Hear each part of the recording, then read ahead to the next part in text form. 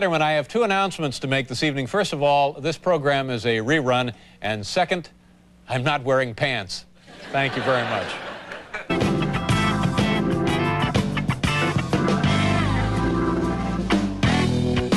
I've still got the flu. The other people on the staff are staying as far away from me as possible. A man who, oh my God, where's my pulse? I can't find a pulse. This is worse than I thought. I want to live, damn it, I want to live. Dave.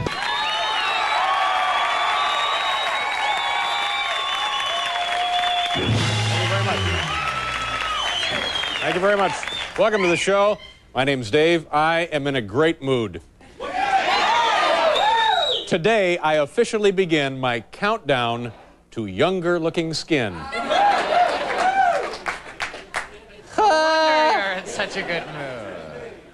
Well, ladies and gentlemen, let's come back to that one, Kevin. You know, the IRS is now investigating charges that Jimmy Swaggart wrote off money that he paid to prostitutes under the heading of sin research. So I don't know that...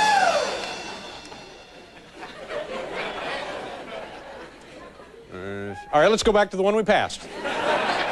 We'll go right back. Pick this one up, and then we're on our way. Yes, indeed. The United States is seeking a cut in the dues it pays to be a member of the United Nations, said a government spokesman.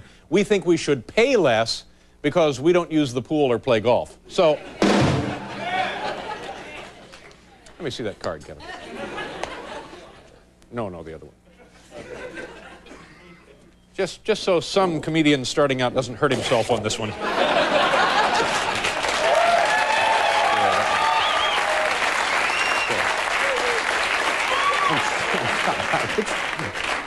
Just put our cameraman's eye out. Are you all right, Carl? Yes. I'm terribly sorry. Interesting statistic in the health section of today's USA Today. Listen to this. I think you're going to be stunned. 9 out of 10 women said they would be reluctant to use any birth control device that has a simulated wood grain finish.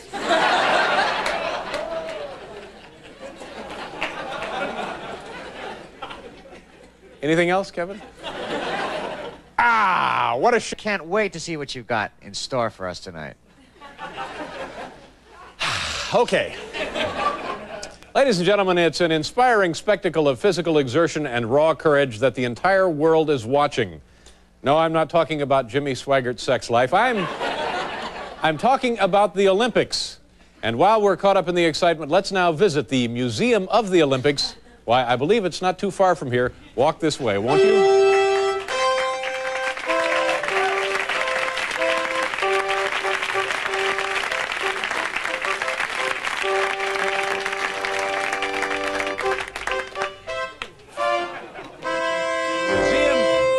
The Museum of the Olympics. It smells a little mildewy in here. Did we recently have some water damage in the museum?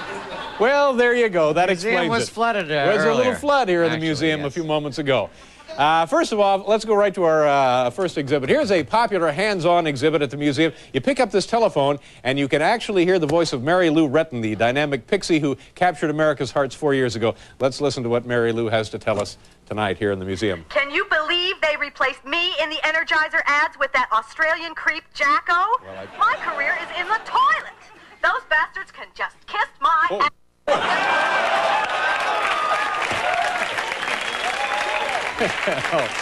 Well, there'll be a line around the block for that. Now, the museum also offers visitors a chance to meet Olympic medalists in person. And tonight we're honored to have with us former ski jump champion Tom Halloran. He's right in here. Hi, Tom. Thanks for being with us. Thank you. Tom Halloran. Right in there. Tom Halloran.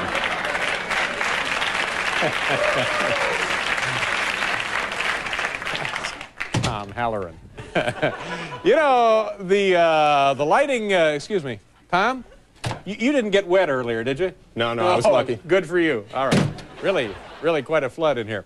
The lighting of the Olympic torch is a highlight of any games, and never more so than in the Los Angeles Olympics in the summer of '84, where Hollywood stuntman Billy Chesterfield performed that feat. Here, we have a photograph of Billy Chesterfield. There he is.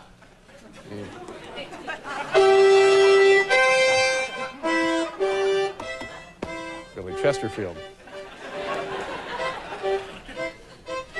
All right.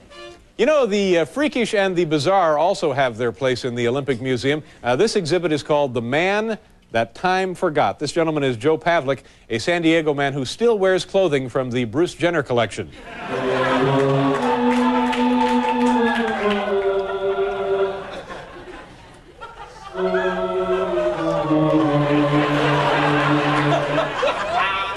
You get a lot of stooge work with us, don't you? Yeah, I sure do. You enjoy it too, don't you? Yeah. And nobody more it. cut out for it than you. Thank you very much. Thank you. You know, ladies and gentlemen, everyone is familiar with the Olympic emblem, and tonight we are lucky enough to have with us the man who designed this elegant symbol. This gentleman is Edward Greenfield. Now, Mr. Greenfield, explain to us the significance of the 5 rings, if you will. Well, they represent the 5 continents that actually participate in the Games. North America, South America, Europe, Asia, and Africa. Right, and Australia. Excuse me.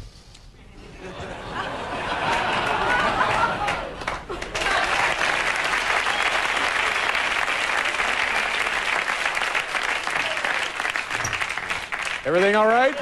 Yeah, fine. Okay. Yeah, everything's all right. You know, only once in history has an Olympic gymnast been given a score higher than a perfect 10, and we are privileged to have an artifact of that astounding display. Mexico City, 1968. Anyone who saw it will never forget it.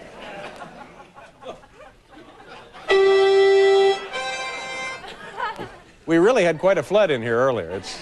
It's no wonder this stuff's no funnier than it is. Well, there's videotape of them cleaning up the museum right there. Yeah. You know, ladies and gentlemen, gold medal winners have traditionally tried to capitalize on their success with lucrative product endorsements. Here's one such product that's currently a sensation with home handymen. This is the Brian Boitano drill set.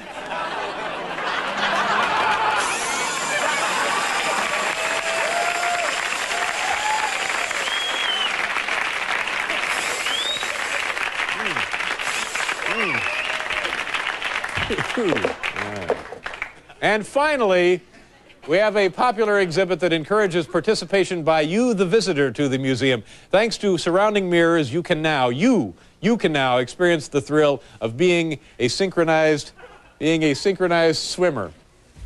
Being a synchronized, don't make it a difference, there's no water in here now anyway. We had the big flood. There it is.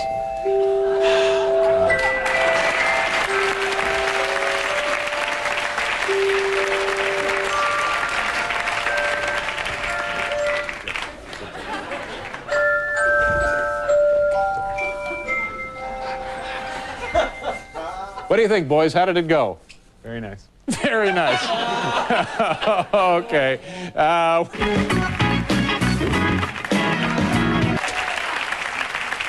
I don't suppose it makes any difference, but you understand that where that big, enormous guy, Jerry Mulligan, was pretending to be doing synchronized swimming, that was full of water until about 5 minutes ago, and then it burst, and we had 25 cubic feet of water, 210 gallons all over the studio. It was about 6 to 7 feet high in the studio. Yes.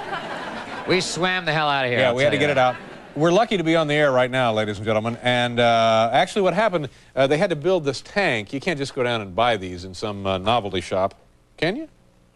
You had to glue it together, and the glue normally takes, how long would you suppose it takes for the glue to set up to make that a tight bond, Paul? I would say 3.5 hours.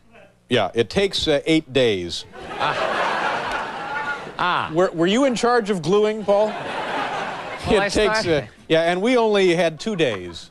Oh, well, that's what happened. So we were flirting with disaster. No wonder this happened. Yeah, and I'm not saying it would have made the whole thing funnier. I just think we all would have been a little more confident going into it. Don't you, Paul? Well, I suppose we would have, yes. Thank you very much. Yes, we would have. Did you have a nice weekend? It's Thursday. Oh, I'm sorry. Yeah. Damn, what a show. Anything else we ought to chat about before we roll on? How are you feeling this morning? I feel all right. Good. Feel all right. You know what really is steaming me now is these elevators. Do you work in buildings where they have elevators? Yeah. I think this is something that I've been working on. It ought to be a 3-floor minimum. If you're going less than 3 floors, take the stairs. Don't clog up the elevators. I agree with that.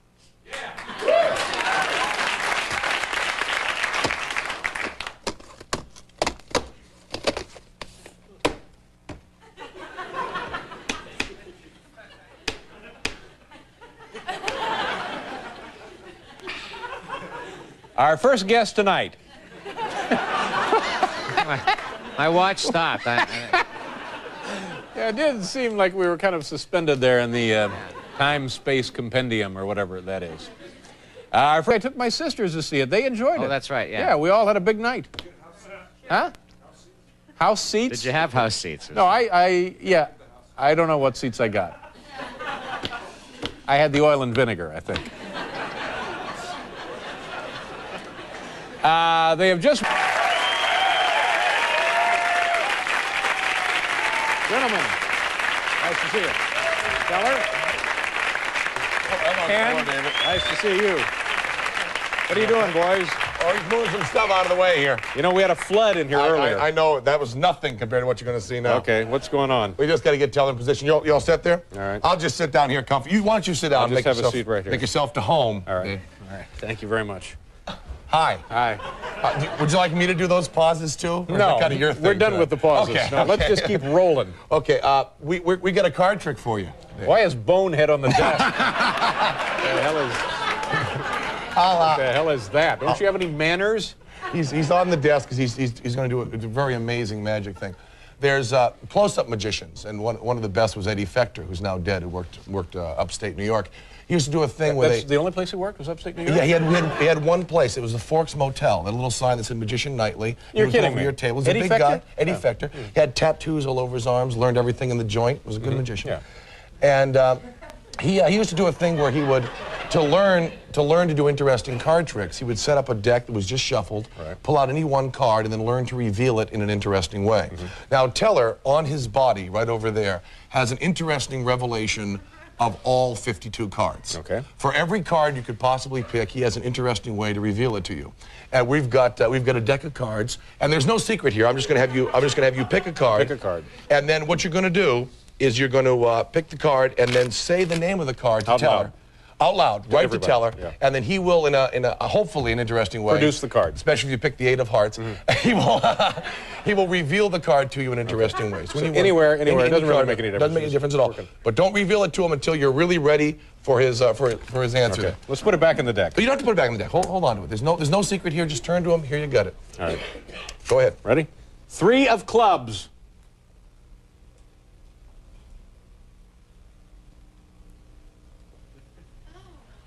My God. You got, My God. Good. Lord. 3 of clubs.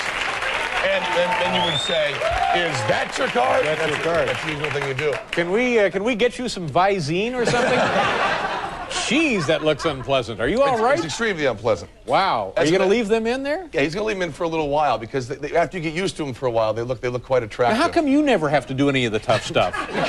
Because I have talent, Dave. All you do is this you just push him around. You put him in a tank of water. You put those things in his eyes. I put these in while Mary came up. I'm not going to try to say her last name because I might screw it up. But Mary came over and said, "Nice to meet you guys." I said, "Just a moment. I'm putting these in his eyes." It was a great thing. These are scleral shells. In case anybody at home wants to try this, you go to there are certain people who have no vision in an eye, but have not lost the actual eyeball, and they still want to look attractive for parties, and they get little pieces of plastic that go over the distorted eye.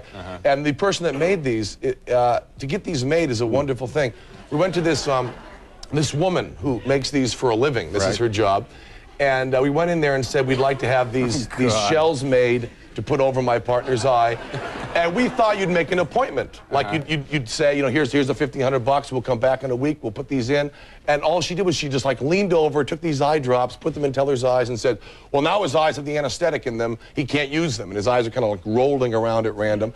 And then she took this wonderful little like plunger device, set it under his eyelid and bottom lid, put hypodermic needle in the end, and started injecting this fine-grained plaster of Paris.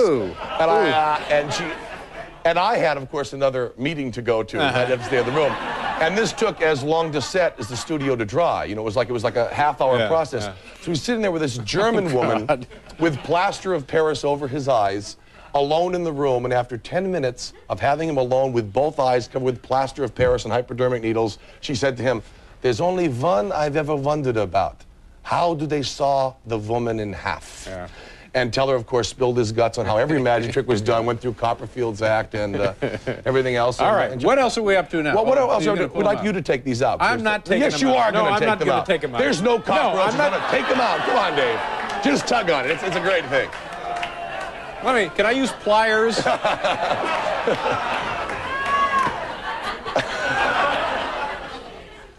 I just pull it? Yeah, just tug. There you go. There's ooh, one. ooh, ooh. Yikes! Is that a beautiful thing? You guys are... Oh! I want to tell... Now, if you're going to try this at home to fool your friends, after you've got these made, make sure you sand them, okay? Because we didn't have time to prepare. All right, we gotta do a commercial, and then we have more nonsense here, eh? It's a little eyelash. All right, we'll be right back.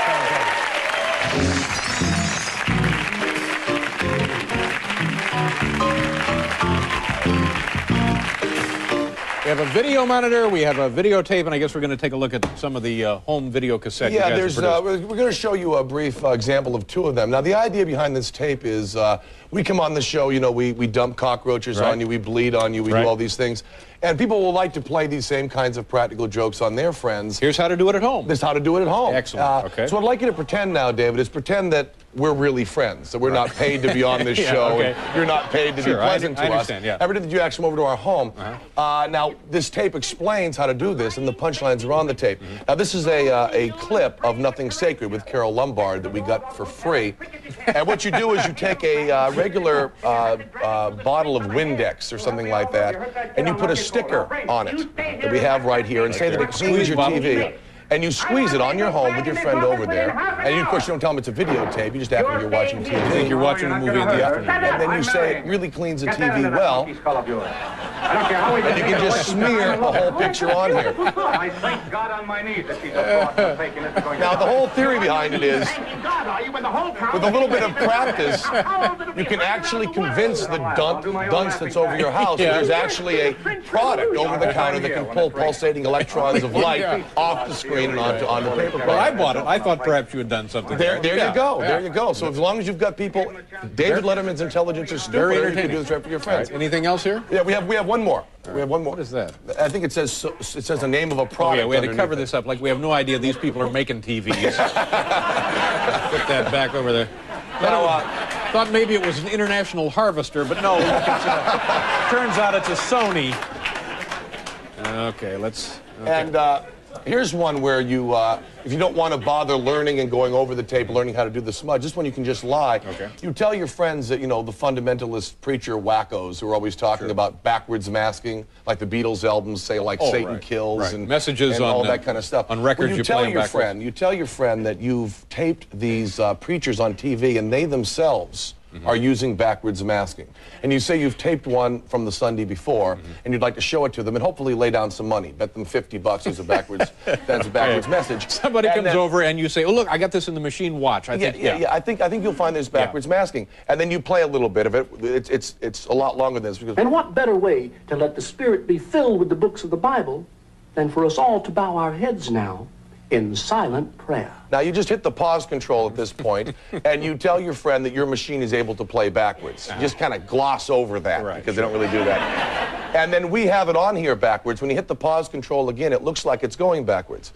Now, you'll hear it start to go backwards, and you'll hear actual messages. Nick. Now listen closely. Satan is our Lord. See, Satan is our Lord. Did you hear that? Okay. Go again. I drink the blood of slaughtered masses. I drink the blood of slaughtered masses. Death, the shadow of sin. The screams of torture are the music of my dance. The screams of torture are the music of my dance. I breathe deep the stench of burnt flesh and illicit lust. Take crack in Beelzebub's name. Take crack in Beelzebub's name. Offer yourself into shallow sexual promiscuity to circulate venereal diseases from hell. They seem to be getting more and more clear. Yeah. And, although we haven't got time You haven't got time. It ends with spit on the flag and all that is holy, which is an important thing. And then you would bet the person that. Sure. And there's 5 others on there. How but long is the unfortunately, tape? Tape's an hour long. Hour long for 20 bucks. It's 20 bucks. 20 and bucks. You can't really rent it because you have to have it around so when that particular jerk comes over, you can pull the scam. And I want to stress that there are 5 other scams on here, and there was some trouble with NBC because they come under the fraud laws, because we do tell people how to steal money, which of course they're not really going to do. Yeah. But if someone were to be unscrupulous enough to use this tape in the wrong way, they could make hundreds and hundreds of Nonetheless, dollars. I'm sure it's quite entertaining and a must for anyone's library. A must. Yeah. A must. Gentlemen, thank you very much.